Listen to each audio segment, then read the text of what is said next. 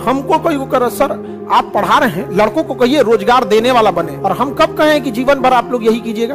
वहां के लोग एंटरप्रेन्योर ज्यादा होते, हमारे यहाँ कैलिफोर्निया, वहां के लोग एंटरप्रेन्योर ज्यादा होते क्योंकि दिक्कत है नहीं कोई चीज का, खेत है, पढ़े लिखे हैं।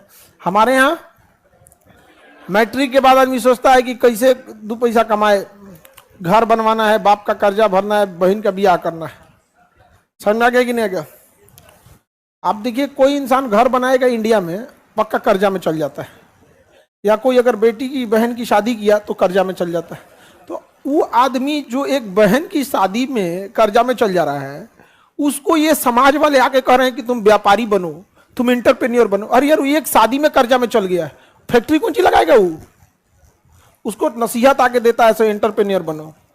समझ में आ गया कि नहीं? हमको कोई वो कर सर आप पढ़ा रहे हैं, लड़कों को कहिए रोजगार देने वाला बने। आपका ठीक ठीक ठीक, तो बहुत बड़का व्यापारी बनता है। तुम बच्चों को लोन दिलाओ, फैक्ट्री खोलने के लिए लोन चाहिए, कम से कम 10 लाख लोन। 10 लाख में कुछ नहीं होने वाला है।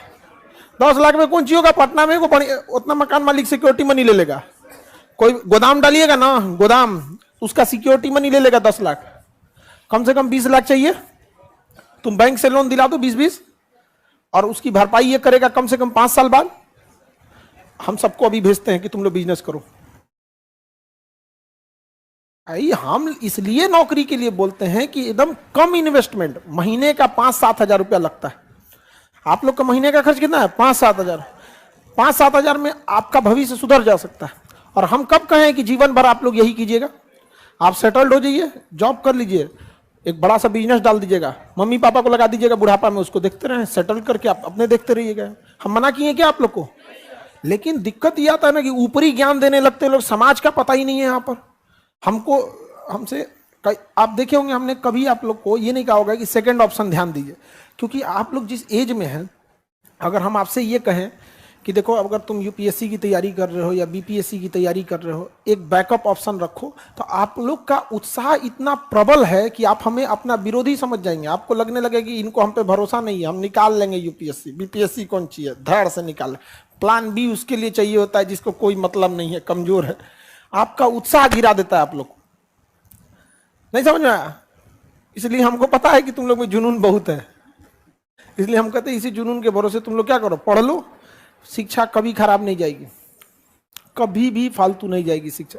आप किसी पढ़े लिखे इंसान को मजदूरी कराइए, 10 साल बाद मिलेगा वो बिल्डर बन के मिलेगा आपको।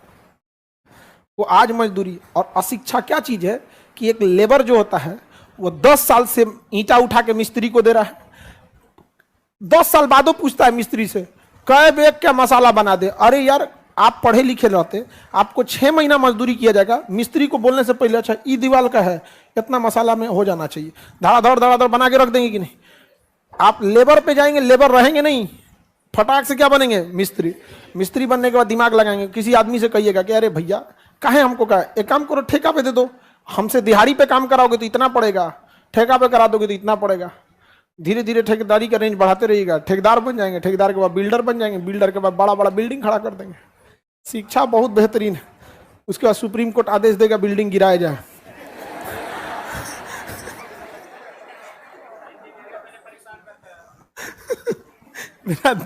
नोएडा में ट्विन टावर गिरा दिया, हम अपने आंख के सामने देखे थे।